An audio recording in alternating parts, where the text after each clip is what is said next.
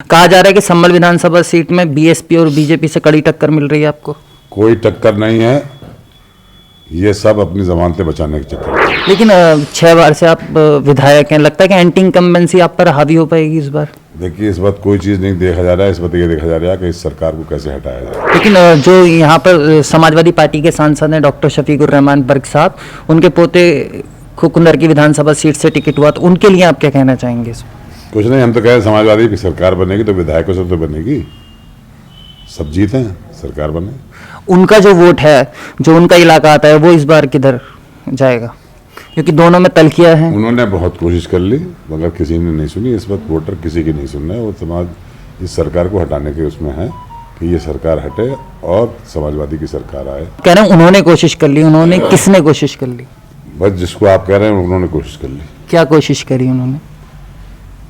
अब वो कहा उन्होंने अपने लोगों से, मगर लोगों ने उनकी सुनी नहीं। नहीं, उन्होंने क्या कहा? ये हमारी मुखालफत की। हाँ, लेकिन बीएसपी के जो प्रत्याशी उन्होंने एक इस तरीके से गठबंधन बनाया कि ताकि समाजवादी पार्टी को यहाँ रोका जाए, तो लगता है कि उनकी कोशिश इस बार।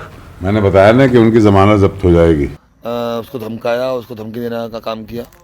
देश के सबसे बड़े सूबे उत्तर प्रदेश में दूसरे चरण की चुनाव की प्रक्रिया चल रही है। इसी पर मेरे साथ खास बातचीत के लिए मौजूद हैं संभल विधानसभा सीट से समाजवादी पार्टी के प्रत्याशी और मौजूदा विधायक नवाब इकबाल महमूद साहब, और उनके साथ मौजूद हैं समाजवादी पार्टी के जिला अध्यक्ष असगर अली अंसारी साहब। तो सबसे पहले बात करते हैं समाजवादी पार्टी के प्रत्याशी से, किस तरीके का माहौल देख रहे हैं आप इस चुनाव में? एक तरफा है बिल्कुल समाजवादी पार्टी के लिए।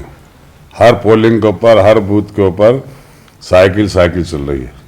समाजवादी पार्टी सरकार बनाने जा रही है। दूसरा चरण के इस चुनाव में ये 55 का है, 48-49 सीटें समाजवादी पार्टी जीतने जा रही है। समाजवादी पार्टी जीतने जा रही। कहा जा रहा है कि संभल विधानसभा सीट में बीएसपी और बीजेपी से कड़ी टक्कर मिल रही है आपको।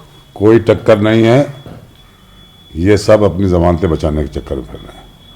इनकी जमानतें सबकी जब्त होनी है। मैं बीजेपी के, मैं बीजेपी की, लेकिन जगह जगह शिकायतें भी मिल रही हैं कि पोलिंग में गड़बड़ी को लेकर। देखिए, बीजेपी की सरकार है, इनके जो पदाधिकारी बदतमीजियाँ कर रहे हैं, मगर हमारे भी कार्यकर्ता लगे हुए हैं।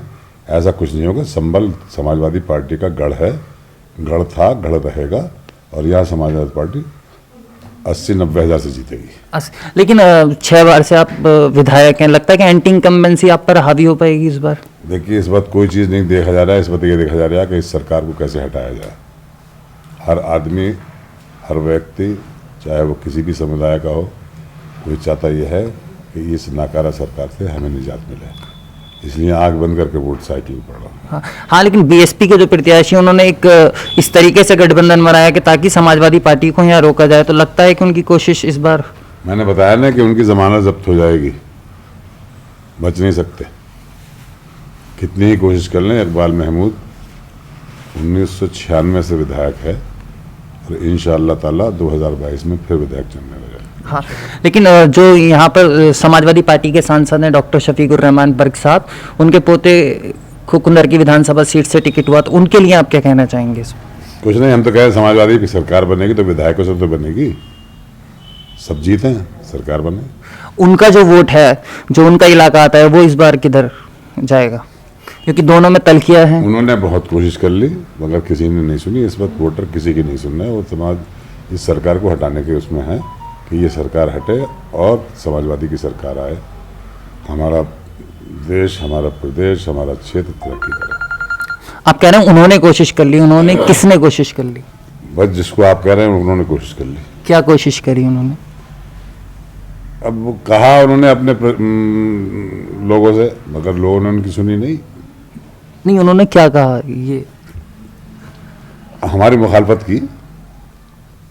नहीं, वो तो समाजवादी पार्टी को, उनके लोग समाजवादी पार्टी को बोल रहे हैं।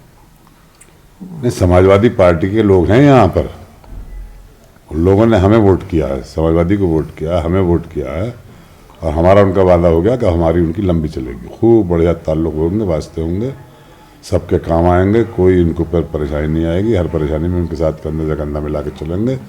उनको हर सूरत की राहत पहुँचाई जाएगी। वो हमें वोट दे रहे हैं, हम उनके प्रतिनिधि बनेंगे और एक प्रतिनिधि का जो अपनी जनता के प्रति फर्ज होता है उसको हम अदा करेंगे। यानी कि सांसद जी साथ नहीं थे, आवाम साथ है।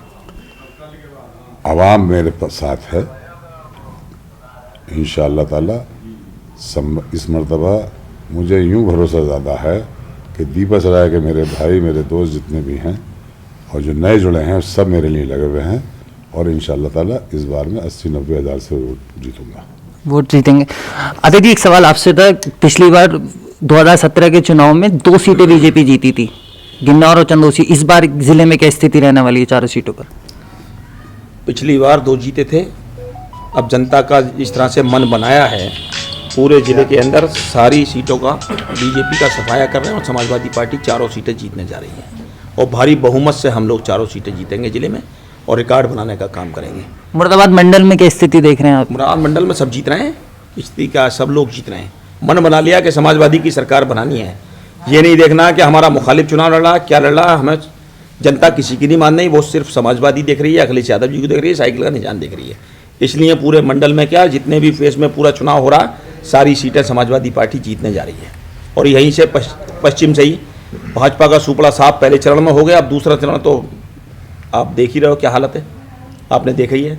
संभल में रिकॉर्ड जीत रहे हैं, असमोली में हम लोग जीत रहे हैं, गुन्नौर में जीत रहे हैं, चंदौसी में भी जीत रहे हैं, रिकॉर्ड वोटों चुनाव जीत रहे हैं।